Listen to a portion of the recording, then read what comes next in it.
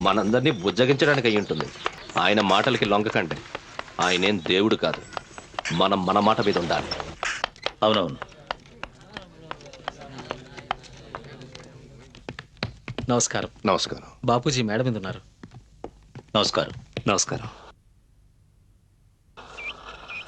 నువ్వులు వడకడంలో నీ ప్రావీణ్యం ఎంతవరకు వచ్చింది మీరాబెన్? ఇంకా నేర్చుకుంటున్నాను బాపు. బాగుంది. నువ్వు నూలు బాగానే ఉడుకుతున్నావు. ఇంకొంచెం నిపుణురాలి అవుతావు. ఆ, బాగుంది బాగుంది. అలాగే బాపూజీ. అలాగే. బాపూజీ, ఉమ్, డాక్టర్ అంబేద్కర్ వచ్చారు. ఆ, అవును, డాక్టర్ అంబేద్కర్. నన్ను మీరెందుకు కలవాలనుకున్నారు? గాంధీజీ మీరే నన్ను రమ్మని కబురు చేశారు. అవును అవును కదూ. మీకు నా మీద కాంగ్రెస్ మీద ఏవో దురభిప్రాయాలున్నాయని తెలిసింది. నన్ను చెప్పనివ్వండి. నా చిన్నతనం నుంచి ఈ అంటరానితనం అనే సమస్య నన్ను కలవరపెడుతూనే ఉంది. అప్పటికి మీరు పుట్టి కూడా ఉండరు డాక్టర్ అంబేద్కర్. నా ప్రయత్నం వల్లే ఈ సమస్యకి కాంగ్రెస్లో పెద్దపీట వేశారు.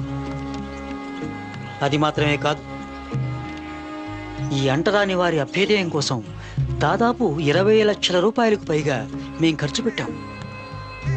అయినా మీలాంటి వారు నాపైన కాంగ్రెస్ పైన వ్యతిరేకత పెంచుకోవడం నాకు చాలా ఆశ్చర్యంగా ఉంది. నా దృష్టిలో కాంగ్రెస్ కేవలం నామమాత్రంగా గుర్తించింది ఈ సమస్యను. ఏం ప్రయోజనం? అర్థం లేని ప్రకటనలు చేస్తోంది.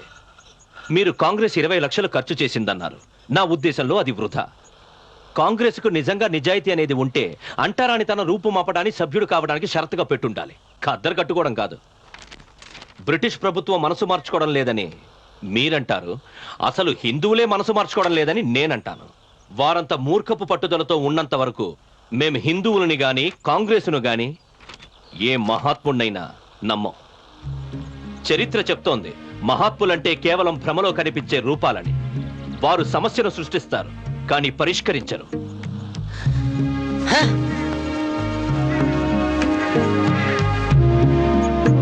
గాంధీజీ, నాకు మాతృదేశం లేదు. ఇది మీ మాతృదేశమేగా డాక్టర్ అంబేద్కర్. నాకందిన సమాచారం మేరకు మీరు రౌండ్ టేబుల్ సమావేశంలో చేసిన ప్రసంగాన్ని బట్టి మీరు సిసలైన దేశభక్తులని తెలుస్తోంది. ఇక్కడ మమ్మల్ని కుక్కల కన్నా హీనంగా చూస్తుంటే ఇది మా మాతృదేశం అని ఎలా అనగలం? ఇక్కడ ఎదుర్కొంటున్న అన్యాయాలు, అక్రమాలు, కోకొల్లలు. మా వల్ల అనుకోనిది జరిగితే ఆ తప్పు ఈ దేశానిదే గాని మాది కాదు. కాంగ్రెస్ మా ఉద్యమాన్ని ప్రతిఘటించి నన్ను దేశద్రోహి అంటే మీరు దేశభక్తుడు అంటున్నారు. నేను ప్రయత్నించేది దేశ ప్రయోజనాలకు హాని కలగకుండా నా వాళ్ళకి కావలసిన ప్రాథమిక మానవ హక్కులు సాధించాలని మాత్రమే. మీరు నాకు ఏ విధమైన ముద్ర వేసినా దాని గురించి నాకు దిగులు లేదు. అయితే ఇప్పుడు మమ్మల్ని ఏం చేయమంటారు డాక్టర్? మహమ్మదీయులు, సిక్కుల యొక్క రాజకీయ హక్కులను పరిరక్షించడానికి మీరు అంగీకరించారు. వారు రాజకీయంగా, ఆర్థికంగా అస్పృశ్యుల కంటే ముందున్నారు. రౌండ్ టేబుల్ సమావేశం అస్పృశ్యులకి కూడా అదే విధమైన పరిరక్షణను సూచించింది. దీని గురించి మీ అభిప్రాయం? అస్పృశ్యులు హిందువులతో రాజకీయ విభజన పొందడానికి నేను వ్యతిరేకిని. అది నా ఉద్దేశంలో ఆత్మహత్యతో సమానం. సూటిగా అభిప్రాయం చెప్పినందుకు సంతోషం. ఈ కీలక సమస్యపై మన అభిప్రాయాలు తేట తెల్లమయ్యాయి. నేను సెలవు తీసుకుంటాను గాంధీజీ.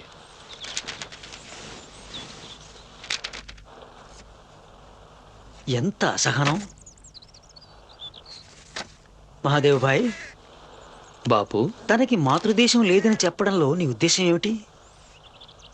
బహుశా ఆయన మహర్ కాబట్టి అలా డాక్టర్ అంబేద్కర్ మహరా అని ప్రపంచం అంతటికీ తెలుసు బాపు.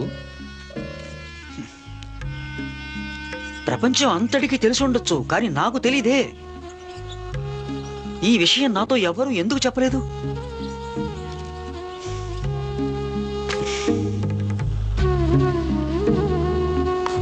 నేను ఇంకా ఆయన అభ్యుదయ భావాలు గల పూనా బ్రాహ్మణుడు అనుకున్నాను. రౌండ్ టేబుల్ సమావేశంలో పాల్గొనడానికి గాంధీ గారు నేడు లండన్ బయలుదేరి వెళ్తూ విలేకరులతో మాట్లాడారు. ప్రతినిధులు ప్రజలచే కాక బ్రిటిష్ ప్రభుత్వంచే ఎన్నిక చేయబడ్డారని వారు తెలిపారు. గాంధీ గారి రాకతో మా స్థితిగతులేమీ పెద్దగా మారవు. మాకు కావాల్సింది అస్పృశ్యులకు రాజకీయాధికారాలిచ్చి బలవంతులు చేయడం, అదొకటే దారి. కానీ డాక్టర్ అంబేద్కర్ అంటరాని వారి స్థితిగతులను విద్య మార్చగలుగుతుందని మీరు అనుకోవడం లేదా? మీరు గాంధీ గారితో మాట్లాడొచ్చారా? మాలో నేనే ఎక్కువగా చదువుకున్నవాడిని. అయినా నేను సమాజంలో అంటరాని వాడిగానే చూడబడుతున్నాను. మీరు అడగాలనుకుంటున్న కోరికలేమిటి? మేము కోరేది సవర్ణ హిందువులకు మాకు మధ్య సంపూర్ణ విభజన. అది మీరు ఎలా సాధించాలనుకుంటున్నారు? భవిష్యత్ భారత రాజ్యాంగంలో అస్పృశ్యులకు ప్రాథమిక హక్కులు కల్పిస్తూ అంటరానితనాన్ని చట్ట వ్యతిరేకమని, శిక్షార్హమని చేర్చాలి. ప్రత్యేక ఎన్నికల విధానం ఈ కళంకాన్ని శాశ్వతం చేస్తుంది. అంటరాని వారిగానే మిగిలిపోతారని గాంధీ గారు అంటున్నారు. అంటే అనివ్వండి. తరతరాలుగా మనసుల్లో పేరుకుపోయిన కల్మషాన్ని అంత తేలిగ్గా తుడిచేయలేరు. నిరంకుశులు రక్షకులు కాలేరు. అందుకే నేను రాజకీయ అధికారాన్ని కోరేది. తీపి కబుర్లు, దాన ధర్మాలు, శుష్క వాగ్దానాలు కాదు. అధ్యక్ష, మైనారిటీ కులాల వారి ప్రాతినిధ్యం గురించే ఇక్కడకు విచ్చేసిన ప్రతినిధులు అందరూ ఆలోచిస్తున్నారని నాకు తెలుసు. మహమ్మదీయులకు, సిక్కులకు ప్రత్యేక సౌకర్యాలు ఇవ్వడానికి మనం అంగీకరించాం. అందుకు సమంజసమైన చారిత్రక కారణాలు కూడా ఉన్నాయి. కానీ అంటరాని వారికి సంబంధించినంత వరకు నేను, కాంగ్రెస్ అస్పృశ్యులకు ప్రత్యేక ప్రాతినిధ్యం ఇవ్వడాన్ని తీవ్రంగా వ్యతిరేకిస్తున్నాం. అస్పృశ్యులు కూడా హిందూ మతంలో ఒక భాగమే. వారిని దాని నుంచి వేరు చేయకూడదు. ధన్యవాదాలు. మన మీద యుద్ధ ప్రకటన.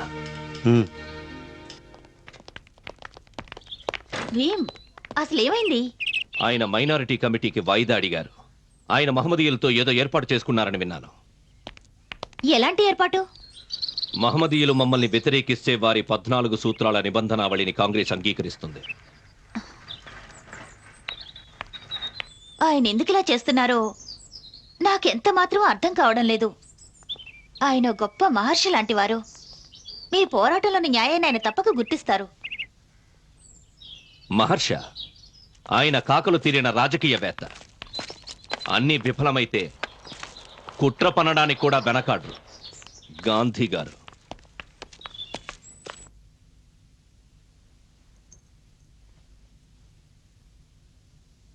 ప్రధానమంత్రి వర్య, మిత్రులారా, ఈ కులాల సమస్యకు చర్చల ద్వారా మనం అందరికీ ఆమోదయోగ్యమైన పరిష్కారాన్ని సాధించడంలో విఫలమైనట్టు ప్రకటించడానికి నేను చాలా చింతిస్తున్నాను. అనివార్యమైన ఈ వైఫల్యానికి కారణం ఇక్కడికి విచ్చేసిన ప్రతినిధులు ప్రభుత్వంచే నియమింపబడ్డవారే కానీ ప్రజల చేత ఎన్నుకోబడిన వారు కాకపోవడమే. కాంగ్రెస్ దృష్టిలో అస్పృశ్యులతో సహా యావత్ జాతికి అది ప్రాతినిధ్యం వహిస్తోంది కనుక. అధ్యక్ష, నాకెలాంటి అనుమానం లేదు. నేను పూర్తిగా మా కులస్తుల కోర్కెలకు ప్రాతినిధ్యం వహిస్తున్నాను. నాకంటే కాంగ్రెసే అణచివేయబడ్డ వర్గాలకు ప్రాతినిధ్యం వహిస్తోందని మహాత్ములన్నారు. నేనిక్కడ అనేది ఒకటే. అది బాధ్యత లేని వాళ్ళు చెప్పే ఎన్నో తప్పుడు అభిప్రాయాల్లో ఒకటి.